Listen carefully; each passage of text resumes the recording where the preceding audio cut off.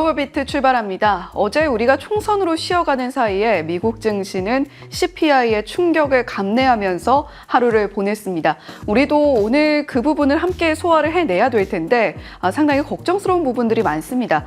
우리가 특징주들 보면서 그리고 앞으로의 시장을 어떻게 좀 가늠을 해야 될까 더욱더 신중하게 고민을 해봐야 되는 시점인 것 같네요. 네, 맞습니다. 미국의 3월 CPI가 생각보다 높게 나왔습니다. 물가가 좀처럼 잡히지 않는 모습.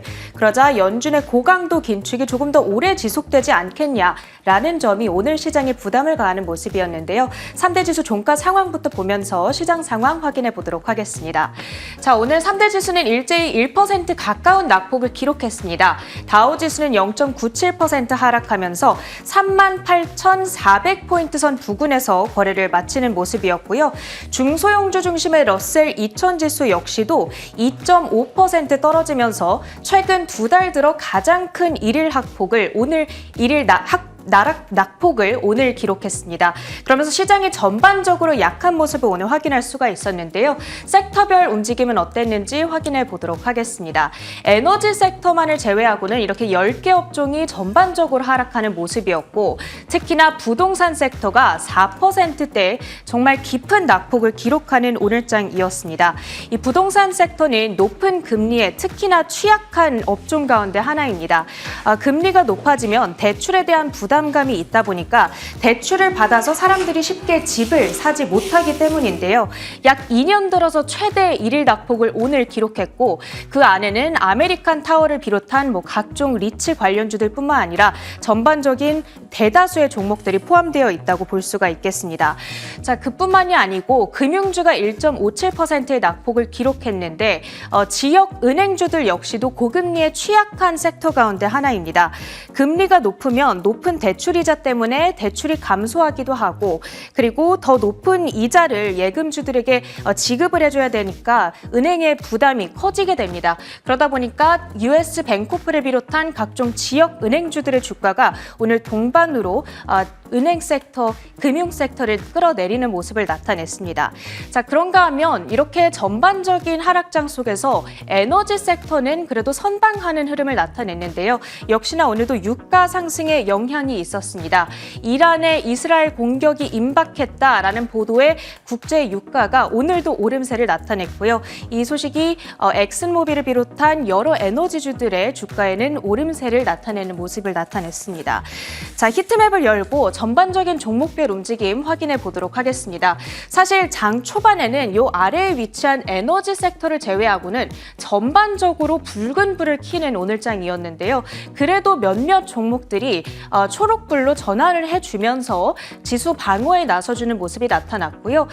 경기 방어주로 묶이는 월마트 그리고 코스트코를 비롯한 대형 할인 판매점들의 주가가 그래도 오르게 되면서 지수 방어를 조금 나서주는 모습이 나타났습니다. 이쪽 우측에는 시총 상위주들에 대한 소식을 조금 정리를 해봤는데요. 먼저 엔비디아입니다. 전일까지 엔비디아의 주가가 계속해서 하락세를 나타냈습니다. 6거래일 동안 하루 빼고는 계속해서 낙폭을 기록했는데 그러면서 어제장을 기준으로 고점 대비 10% 넘게 빠지는 조정권에 진입을 하기도 했습니다. 그러다 보니까 오늘은 저가 매수세가 조금은 유입됐다라는 평가도 가능하겠고요. 그리고 엔비디아를 대표적인 고객사로 가지고 있는 TSMC가 호실적을 발표했습니다. 그 영향에 따라서 엔비디아의 주가가 오름세를 나타났다라는 분석도 나오고 있습니다. 2% 가까운 상승세를 기록했고요. 다음으로는 메타입니다. 차세대 AI 칩 아르테미스에 대한 세부 내용을 공개해 줬습니다. 페이스북과 인스타그램 그리고 왓츠앱 내부에 있는 AI 상품들을 구동시킬 때 쓰이게 되는 칩인데요. 엔비디아 칩에 대한 의존도를 낮추고 그리고 에너지 비용도 절감시킬 거다. 이런 기대감을 받아가면서 메타의 주가는 0.6% 가까운 상승으로 거래를 마쳤습니다.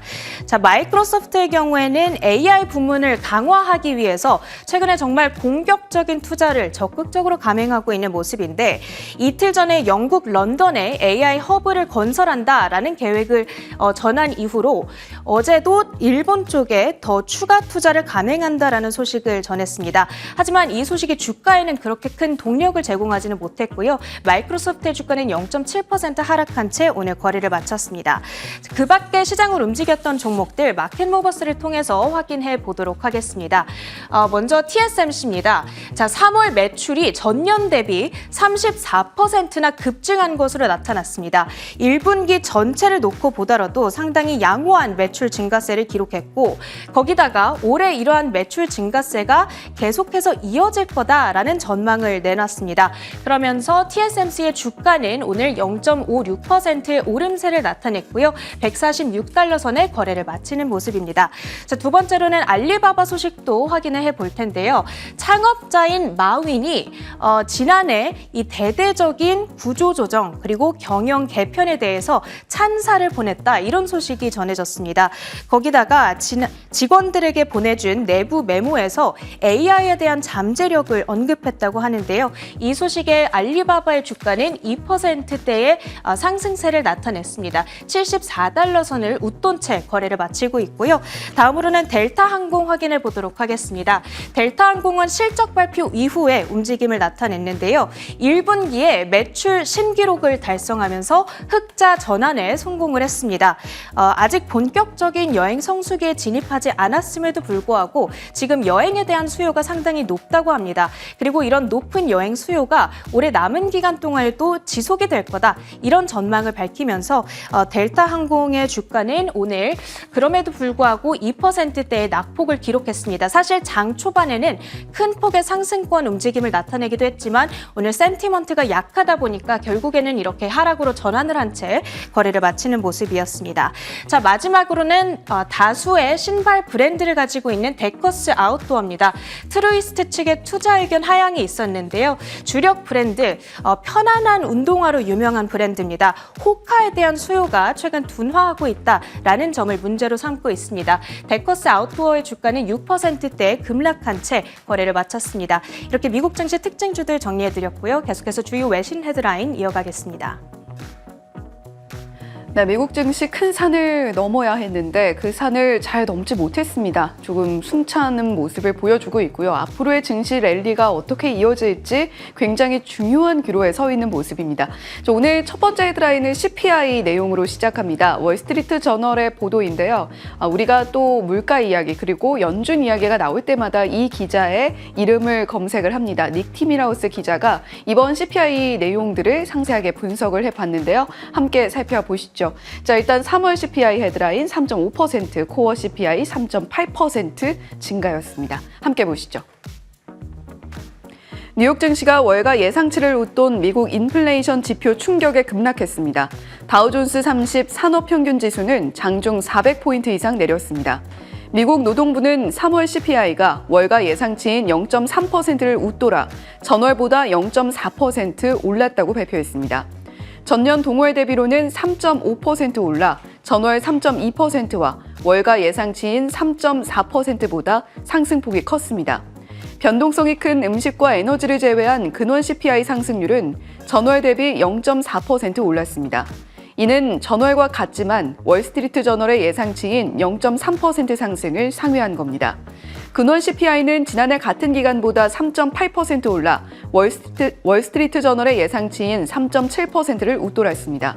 CME 패드워치 툴에 따르면 금리 선물 시장은 이날 연준이 6월 FOMC 회의에서 금리를 동결할 가능성을 83%로 반영했습니다.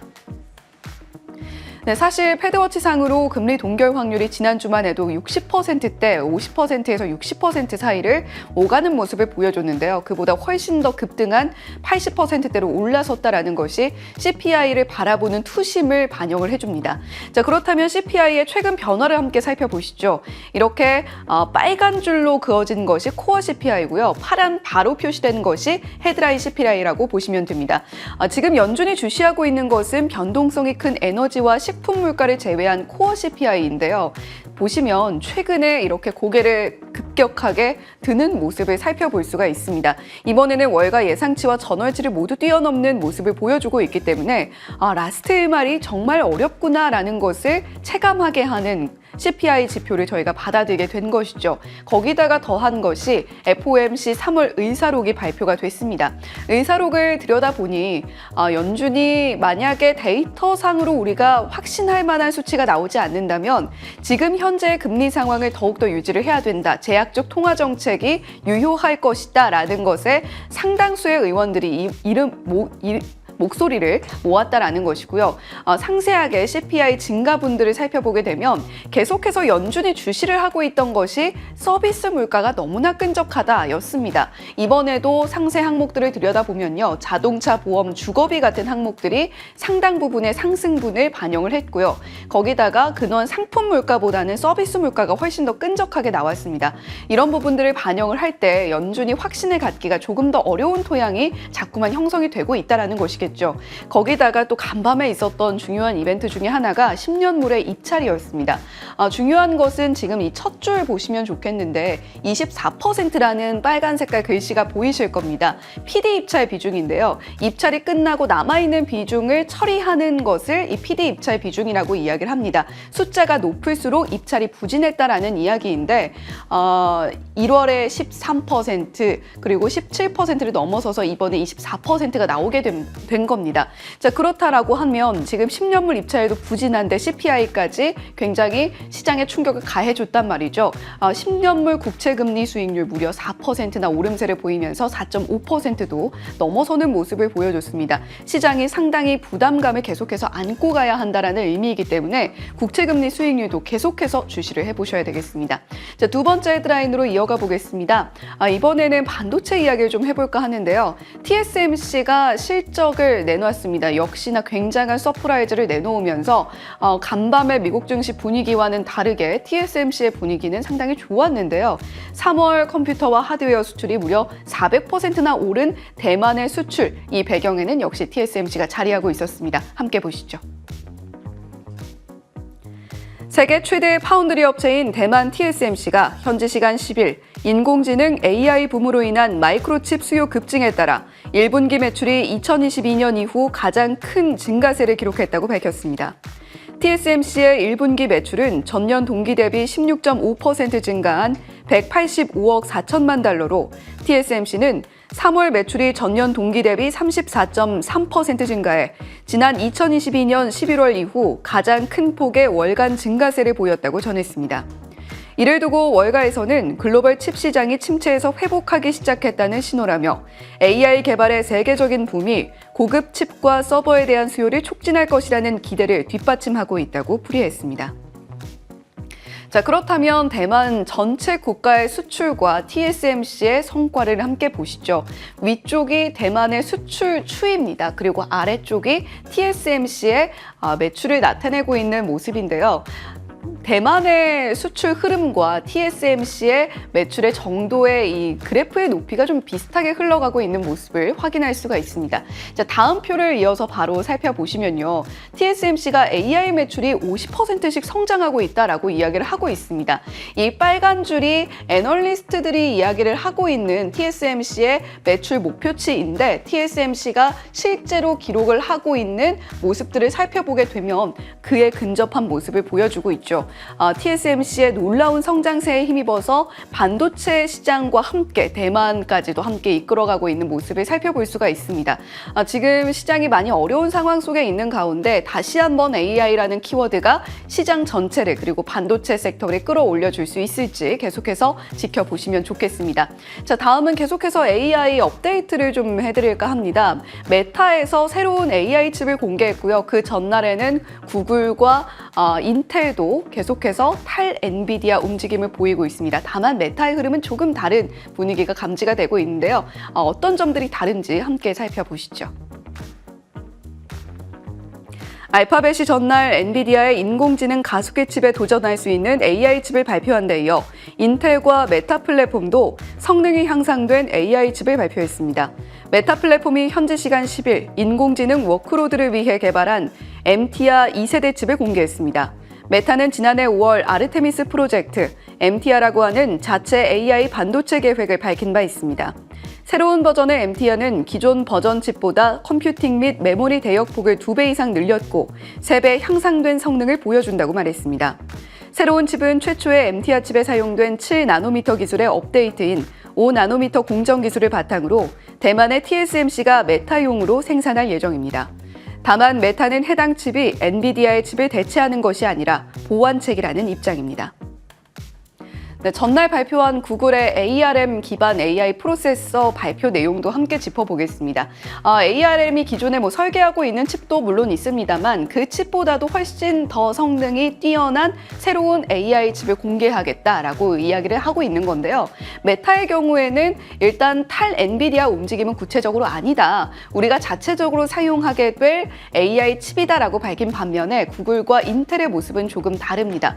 구글과 인텔은 자체적인 성능을 보다 강조하고 있는 모습인데 인텔도 함께 이어서 보시면 좋겠습니다. 인텔도 새로운 AI 칩 가우디 3를 공개를 했는데요.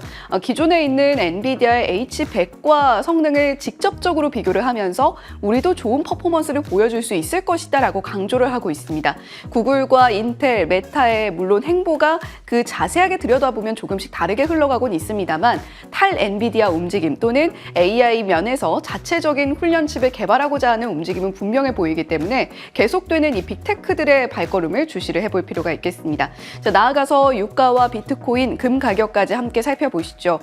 유가는 지금 계속해서 어려운 움직임을 보이고 있습니다. 간밤에도 1% 넘게 오름세를 보였는데요. 라마단의 밤이라고 하는 수요일 일단은 하메네이 이란의 수장이 이스라엘 처벌받아야 한다라는 굉장히 강경한 발언을 내놓으면서 전운이 고조되고 있는 분위기입니다. WTI 원유 선물 86달러 후반선에서 거래를 마치는 모습을 보여줬고요. 자, 비트코인과 금 가격도 함께 보시죠. 비트코인은 68,000달러 선도 깨지는 모습을 보여줬다가 다시금 회복세를 보이면서 7만 달러 선 근접하고 있고요. 금 가격은 현재 2,332달러 선에서 움직임 나타내고 있습니다. 지금까지 글로벌 비트 전해드렸습니다.